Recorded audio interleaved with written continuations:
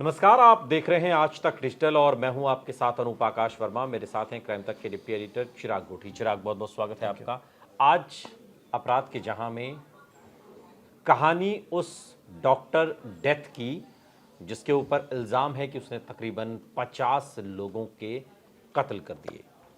Taxi driver, truck driver, इन लोगों का कत्ल करना और फिर इनकी गाड़ियों को बेच देना, क्या यही धंधा था या इसके पीछे कुछ और भी था? चूंकि मैं भी पढ़ रहा था तो मानव तस्करी की भी बातें अंगों की तस्करी की बातें भी सामने आ रही हैं। क्या ये कहानी है चिराग? कब का ये मामला है और आज ये विषय क्यों उठ रहा है?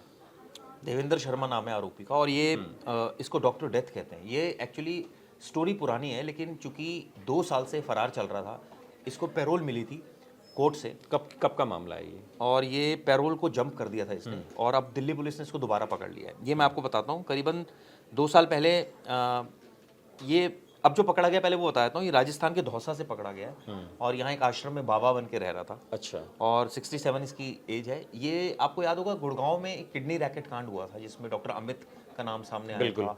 कई सारे उसने लोगों की किडनियां जो है वो निकाल ली थी, उनका एक तरह से तस्करी करता था। उसमें इसकी गिरफ्तारी हुई थी देवेंद्र की। अच्छा।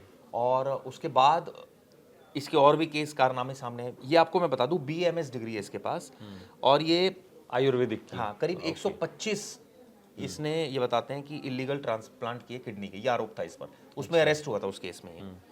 लेकिन इतना ही नहीं, अब ये ट्रक ड्राइवर और टैक्सी ड्राइवर, कई सारे लोगों के इसने मर्डर भी किए 2000 में, यानी अर्ली 2000 उनकी किडनियां निकालता था ये भी आरोप है कि उनकी किडनी भी निकालता था। और ये भी आरोप है कि उनके जो ट्रक जो होते थे उनको ग्रे मार्केट में, उनको ब्लैक मार्केट में भेज देता था ताकि उसको वहां पैसा मिल जाए वगैरह उनके? हाँ, इस तरह के आरोप है। ये पहली बार 2004 में अरेस्ट हुआ था। अच्छा। और इसको 2 महीने की पैरोल मिली थी। और इसके बाद फिर इसको इस केस में भी अरेस्ट किया था। ये अलग केस था जो कि मैं आपको बता रहा हूँ अभी। ये बताते हैं कि इसको करीबन 6 महीने से पुलिस ढूंढ रही थी और इसकी कई सारे हाइडआउट्स के बारे में, आगरा में, कभी प्रयागराज इसकी लोकेशन आ रही थी। लेकिन एक स्पेसिफिक इनपुट था कि राजस्थान के धौसा में रह रहा है और आश्रम में रह रहा है, तब इसको पकड़ा।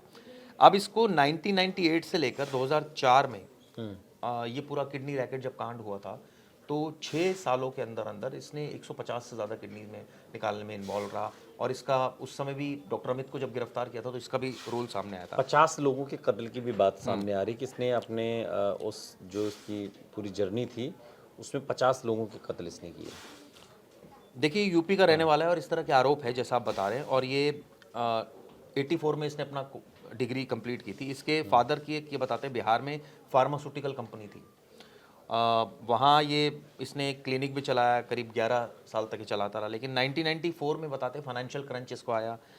फिर ये बताते हैं कि इसका पैसा डूब गया था 11 लाख रुपए। अच्छा। फिर इसने 1995 में एक फेक गैस एजेंसी चलाई। अब उसमें भी ये इसको रिकवर नहीं हो पाया। फिर 1998 से लेकर 2004 में ये किडनी रैकेट में शामिल हो, क्योंकि डॉक्टर था, ये जानता था बारीकियां।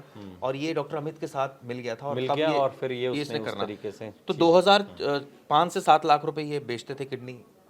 ये उस समय इस तरह की जानकारी है। 2004 के बाद ये जब किडनी रैकेट में गुड़गांव पुलिस ने इसको अरेस्ट किया था, तो उसके बाद ये उसी समय पता चला जी ये तो सिर्फ किडनी रैकेट का काम नहीं कर रहा है, ये पैरेलली ये भी करता था, टैक्सी ड्राइवर के मर्डर करता था। और ये इस तरह और भी क्या अंग बेचता था इस पे? अब ये क्लियर नहीं है, लेकिन ये पता है कि इसकी जो ट्रक्स होते थे ये इनको बेचता था करीबन 20 से 25। ये कैसे इनके पास आते थे ट्रक ड्राइवर? चलिए, टैक्सी ड्राइवर को तो चलिए उसने बुला लिया, मान लीजिए कि मुझे कहीं जाना है टाइप से। ये ट्रक ड्राइवर, देखिए, ये जांच में बात सामने आई थी कि ये ल्योर करता था उनको किसी ना किसी।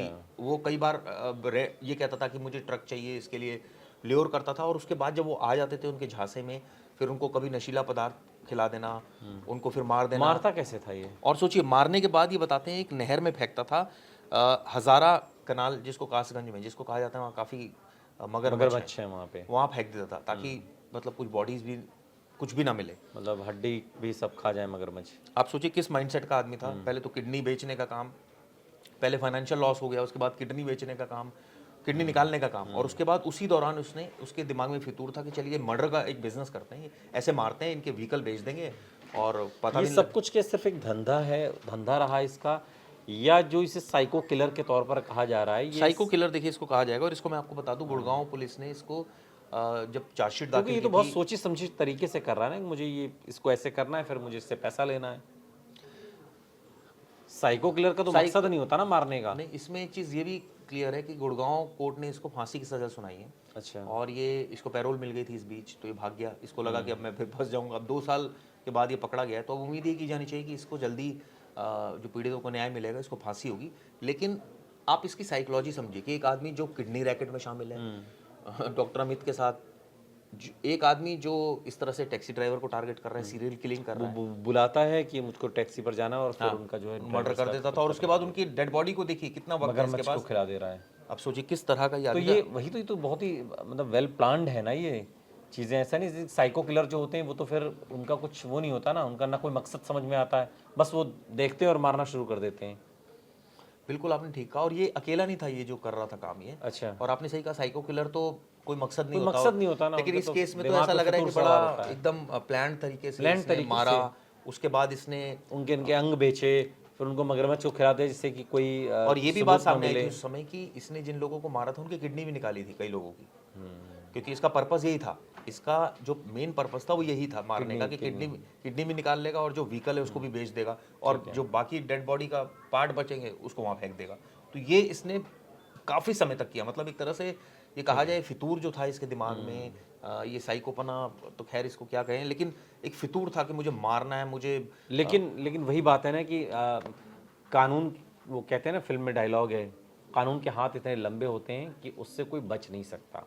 ये बात शायद इस डॉक्टर डेथ को मालूम नहीं थी, इसलिए पैरोल पर जब बाहर आया तो फिर दौसा में एक आश्रम में बाबा बनकर रहने लगा, अपनी पहचान छिपा ली। इसे लगा कि अब मुझे कोई नहीं पहचानेगा, लेकिन कानून से आप बच नहीं सकते। इसका उदाहरण ये डॉक्टर डेथ है। बहुत बहुत शुक्रिया चिराग इस तमाम जानकारी के लिए। यहाँ रुक रहे हैं, लेकिन आप कहीं जाइएगा नहीं, बने रहिए हमारे साथ, देखते रहिए आज तक डिजिटल। गर्मियों की छुट्टी होने वाली थी, मेरे पापा आने वाले थे, तो हम लोग सभी खुश थे। तो मैं एक बेड पे चढ़ के डांस कर रहे थे। डांस कर रहा था, लेकिन वो पहले ही आ गए। फ्रीज। तो मैं उस समय तो कंटिन्यू नहीं कर सकता था ना, तो फ्रीज फ्रेम टाइप का हो गया। कसम पैदा कर